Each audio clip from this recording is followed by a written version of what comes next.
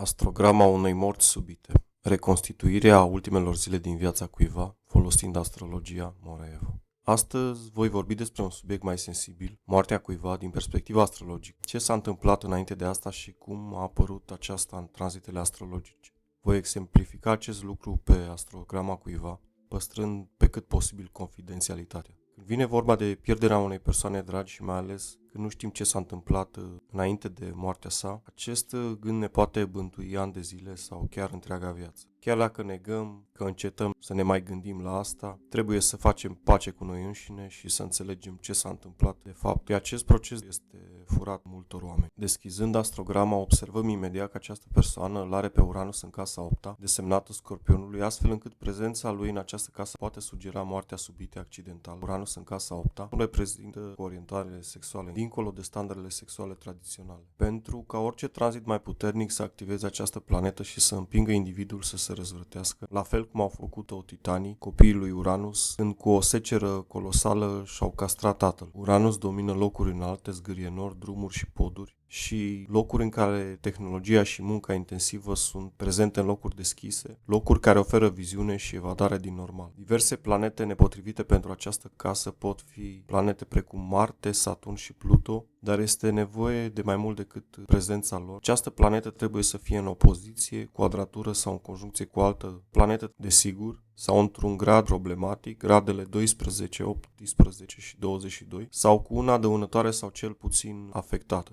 Ținând cont de prezența pe care luna o face atunci când se află în semnul de apă, luna care se confruntă cu greu cu realitățile dure ale vieții, greutatea evenimentelor care filtrează doar prin emoții cumva tot ce se întâmplă, iar luna în Pești este cumva o poveste incompletă, una ilogică. De exemplu, Mercur în Pești este o poveste fără sfârșit, iar narațiunea veșnică multidimensională, lipsită de o componentă emoțională. Luna în Pești este o cascadă infinită, halucinantă de emoții, fără o descriere logică, astfel încât individul se bazează mai mult pe ceea ce simte decât pe ceea ce vede și apare această discrepanță care îl privează de o imagine completă asupra vieții. Această persoană a fost foarte persistentă și agresivă. Prin poziția foarte bine plasată a lui Marte în Capricorn, în casa carierei, Marte în Capricorn pune osul la treabă, mai ales munca fizică. Aspectul sever al pătratului Lună-Saturn este un alt semn că această persoană are o viață tumultoasă. Nu este neapărat depresie, ci un blocaj emoțional derivat din relația cu tatăl. Saturn reprezintă tatăl în astrologie. Mama, reprezentată de Jupiter, l-a încurajat pe individ să-și urmeze visele. Astfel, individul avea gânduri să obțină un loc de muncă sau o afacere în construcții, într-o companie care se ocupă de natura războinică a lui Marte, forje și alte sectoare care implică foc, dar și obiecte ascuțite, pirotehnice sau chiar arme de foc, sau o carieră în poliție. Cu toate acestea, înclin spre un job care implică mai multă dinamică, nu neapărat o muncă dificilă. Natura relațiilor de dragoste ale individului este de asemenea conflictuală, iar nativul poate atribui bariere extreme în alegerea unui partener. La un grad atât de apropiat de casa a 7-a, Saturn oferă de obicei un singur partener pentru căsătorie. Persoanele divorțate care rămân singure pentru tot restul vieții l-au pe Saturn în această poziție. În plus avem și conjuncția Venus-Pluto în casa parteneriatelor, care este al doilea aspect cel mai sever pe care Venus, planeta iubirii, îl poate avea după conjuncția, opoziția sau pătratul Venus-Saturn. Gelozia, controlul și amenințările sunt teme centrale în relații și dușmani înverșunați. Nu voi pune un diagnostic definitiv asupra acestui caz, dacă a fost sinucidere sau nu, deoarece a căzut de pe pasarela ce leagă două scări de blog. În schimb, voi descrie temele active dinaintea morții sale pentru a da context și acceptare familiei sale și sper că nu va apăsa și mai mult pe rana, care poate nu s-a închis nici după atât de mult timp. Moartea s-a produs la tranzitul nodurilor lunare pe axa casei a 2-a și a 8-a, activând atât Uranus, despre care vorbeam la începutul videoclipului ca având de-a face cu morți accidentale subite între ghilimele, însă a lovit de asemenea și conjuncția Chiron-Lilith din casa a 2-a într-un grad foarte apropiat. Mai relevant în această situație este faptul că Mercur tranzita aproape perfect în opoziție cu planeta Venus în casa parteneriată. Venus în Scorpion este slăbit, este probabil ca individul să fi fost în conflict sau cel puțin tensiune mai apăsătoare, care s-a propagat în jurul datei de 15 aprilie 2002, după ora 18 și 19, când Mercur s-a apropiat la mai puțin de 3 grade în opoziție cu planeta Venus. Ar fi avut loc și o amenințare pe care a făcut-o unei persoane de sex opus. În afară de analiza toxicologică și alte lucruri legate de autopsie, dacă au existat motive de sinucidere prin prisma unei dezamăgiri în dragoste, ar fi trebuit investigat. Individul are ascendentul în Taur, având și Luna și Jupiter în Pești. Ascendentul se anulează și are trăsături predominante ale peștilor. Peștii sunt destul de înșelători și sunt prinși de multe ori în situații mincinoase precum niciun alt semn astrologic. Suntem un amalgam de planete, unele mai proeminente, altele nu.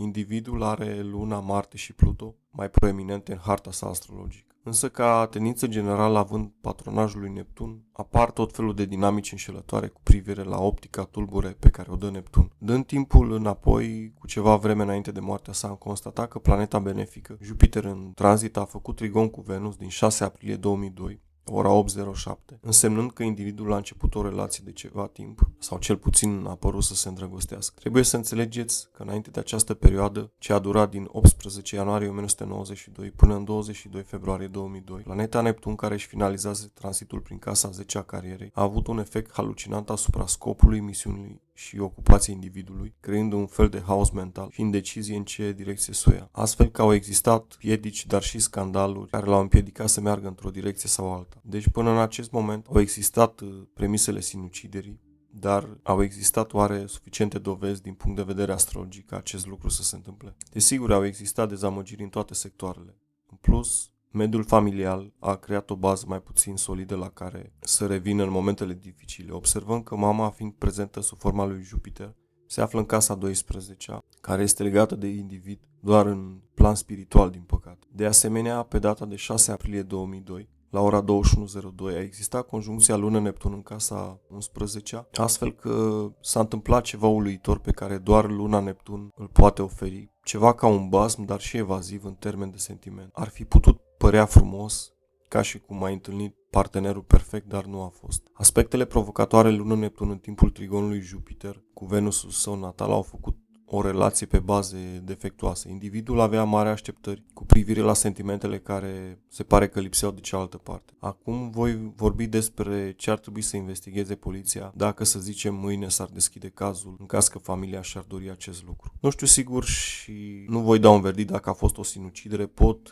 spune sincer că Lilith Chiron era activ. Se întâmpla ceva dificil în sfera banilor și resurselor financiare puse la comun, ori a bunurilor comune cu cineva, care a început din data de 18 decembrie 2001. Deciziile luate atunci au culminat în data de 18 martie 2002. S-ar putea să fie administrat banii cuiva într-un parteneriat, dar pentru că Uranus este patronul casei 11-a și era activ din 18 martie, poliția ar trebui să facă mai multe demersuri și să pună presiune pe investigații în jurul cercurilor de prieteni de familie, verișori mai îndepărtați și alte rude mai îndepărtate. De asemenea, dacă ar fi fost cazul sinuciderii, îmbrățișarea unei noi identități sexuale și a face fața acesteia ar fi putut fi motivul principal pentru a face asta. Căderea accidentală ar putea fi cauzată, bineînțeles, doar de conjuncția nodului nord cu conjuncția Lilith Chiron din harta sa natală. Totuși, sunt multe lucruri pe care le-am menționat anterior și care au jucat în același timp un rol foarte important și au copleșit individul. De asemenea, poliția ar trebui să investigheze dacă a avut probleme legate de sinucidere din cauza că nodul sud, prezent în infamul grad 22, era legat de moarte. Un psihiatru ar trebui să întrebe pe membrii familiei dacă a avut probleme anterioare legate de depresie. Plasamentul nodului sud în balanță, în harta sa natală, vorbește despre problemele de inadaptabilitate legate de luarea deciziilor. Nu este exclusă nici ideea datoriilor către unii creditori care să fi pus presiune pe el sau să se fi simțit presat din cauza că nu putea returna sumele de bani împrumutate. Casa 8-a este și casa creditelor, dar și a gajurilor fizice.